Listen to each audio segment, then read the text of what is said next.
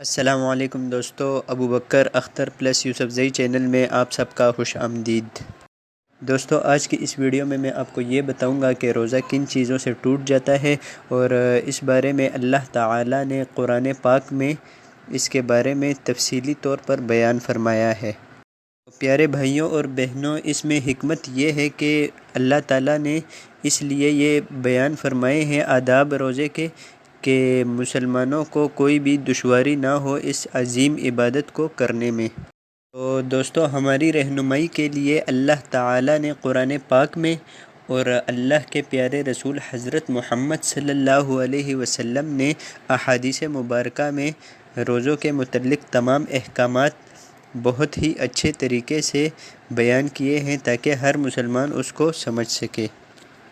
اور دوستو، انتہائی آسان انداز میں یہ بھی بتا دیا گیا ہے کہ ایک روزہ دار کو کن چیزوں سے کنارہ کشی اختیار کرنی چاہیے اور کن کاموں کو روزہ دار کر سکتا ہے۔ تو معزز سامعین کرام، آج کی اس ویڈیو میں آپ کو قرآن و حدیث کی روشنی میں یہی بتاؤں گا کہ کن چیزوں کی وجہ سے ہمارا روزہ ٹوٹ جاتا ہے، اور جن میں سے کچھ چیزیں تو ایسی ہیں کہ کم علمی کی وجہ سے ہم وہ کام کر بھی لیتے ہیں اور پھر بھی ہم سمجھتے ہیں کہ ہمارا روزہ ہے، لیکن دراصل جو ہے وہ روزہ ہمارا ٹوٹ جاتا ہے۔ تو اسی لیے میں آپ کو آج کی اس ویڈیو میں یہ بتانے لگا ہوں کہ روزہ کن چیزوں سے ٹوٹتا ہے۔ تو جاننے کے لیے میرے پیارے بھائیوں اور بہنوں، ویڈیو کے ساتھ اینڈ تک بنے رہیے۔ اللہ تعالیٰ نے قرآن مجید میں جماع کرنا، قے کرنا، حیض، نفاس، ان چیزوں کو اللہ تعالیٰ نے مفسدات صوم قرار دیا ہے، یعنی کہ ان چیزوں سے روزہ ٹوٹ جاتا ہے۔ تو دوستو، اس میں حکمت یہ ہے کہ ان کاموں کے ہونے سے انسان کا جسم جو ہے وہ کمزور ہو جاتا ہے۔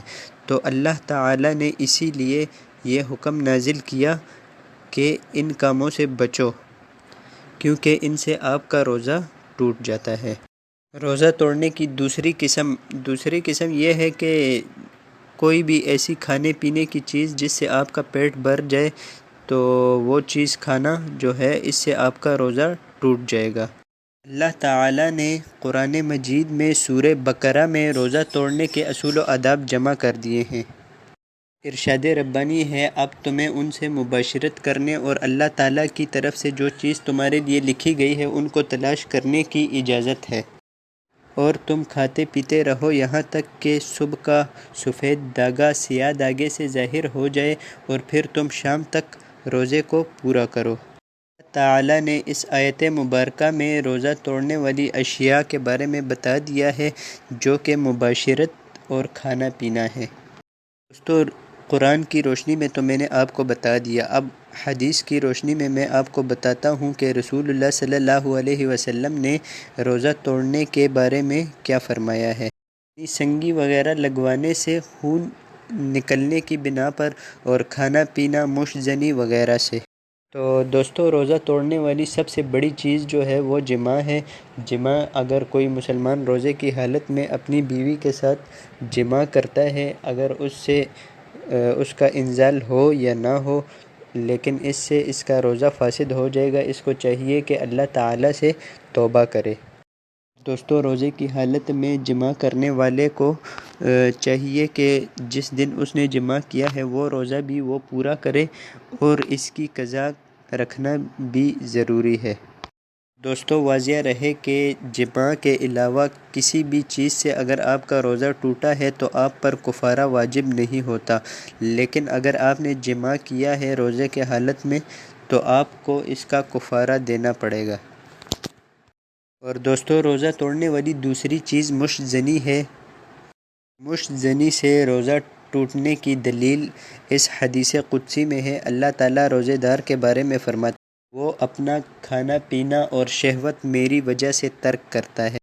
صحیح بخاری حدیث نمبر 1894، صحیح مسلم حدیث نمبر 1191۔ دوستو، جس نے بھی روزے کی حالت میں دن کے ٹائم مشت زنی کی تو اس کو چاہیے کہ اللہ تعالیٰ سے معافی مانگے، اور اس پورا دن وہ کچھ بھی نہ کھائے، اور اس کو چاہیے کہ بعد میں وہ اس کی قضا بھی ادا کرے۔ اور اگر اس نے مشت زنی ابھی شروع ہی کی تھی، انزال نہیں ہوا، تو اس کا روزہ ٹوٹے گا تو نہیں، لیکن ایسا کرنا جائز نہیں ہے، اس کو اللہ تعالیٰ سے معافی مانگنی چاہیے۔ روزہ توڑنے والی تیسری چیز جو ہے وہ کھانا پینا ہے۔ منہ کے ذریعے کسی بھی کھانے کی چیز کو معدے تک پہنچانا، اس کو کھانا پینا کہا جاتا ہے، اس سے بھی روزہ ٹوٹ جاتا ہے۔ اسی طرح اگر کسی نے ناک کے ذریعے کوئی چیز اپنے معدے میں داخل کی تو وہ بھی کھانے پینے کے زمرے میں ہی ہوگا۔ جیسے مثال کے طور پر اگر آپ وضو کرتے ہیں روزے کی حالت میں، تو آپ کو چاہیے کہ آپ ناک میں پانی زیادہ اندر تک نہ چڑھائیں، کیونکہ اس سے پانی اندر جانے کا خدشہ ہوتا ہے اور ممکن ہے کہ وہ معدے تک بھی پہنچ جائے۔ رسول اللہ صلی اللہ علیہ وسلم نے فرمایا، جس پر قے غالب ہو جائے، یعنی کہ اگر وہ جان بوجھ کر نہیں کر رہا اور اس کو قے آ جائے تو اس پر روزے کی قضا واجب نہیں، لیکن اگر کوئی جان بوجھ کر قے کرے گا تو اس پر روزے کی قضا واجب ہے۔ ترمذی شریف حدیث نمبر 720۔ اور زیادہ تر علماء کرام کا یہ کہنا ہے کہ جو بھی جان بوجھ کر قے کرے گا اس کا روزہ باطل ہے۔ تو دوستو، روزہ توڑنے والی ایک اور چیز یہ ہے کہ حیض اور نفاس کی وجہ سے خون کا اخراج ہونا، یعنی خون کا نکلنا۔ رسول اللہ صلی اللہ علیہ وسلم نے فرمایا، کیا ایسا نہیں کہ جب تم میں سے کسی ایک کو حیض آتا ہے تو وہ نہ روزہ رکھتی ہے اور نہ نماز پڑھتی ہے؟ صحیح بخاری حدیث نمبر 304۔ جب بھی عورت حیض یا نفاس کا خون دیکھے تو اس کا روزہ فاسد ہو جائے گا، چاہے وہ غروب آفتاب سے چند منٹ پہلے ہی کیوں نہ ہو۔ دوستو، ان باتوں کے علاوہ روزے کی حالت میں جھوٹ بولنا، گالم گلوچ کرنا، مار دھاڑ کرنا، غیبت کرنا، چغلی کرنا، چوری کرنا، ظلم کرنا، ناپ تول میں کمی کرنا، غیر شرعی طور پر منافع خوری کرنا، روزے کی حالت میں کسی مسلمان کو آپ کے ہاتھ سے تکلیف پہنچنا، یہ دوستو ایسے کام ہیں، ان سے آپ کا روزہ ٹوٹے گا تو نہیں، لیکن باطل بھی نہیں ہوگا، لیکن اس سے ہوگا یہ کہ آپ کا یعنی بھوک اور پیاس میں رہنا پورا رمضان المبارک آپ کو کوئی فائدہ نہیں دے گا۔ تو دوستو، آخر میں دعا ہے کہ اللہ تعالی ہمیں اور آپ کو رمضان المبارک کے تمام روزے خشوع اور خضوع سے رکھنے کی توفیق عطا فرمائے، آمین۔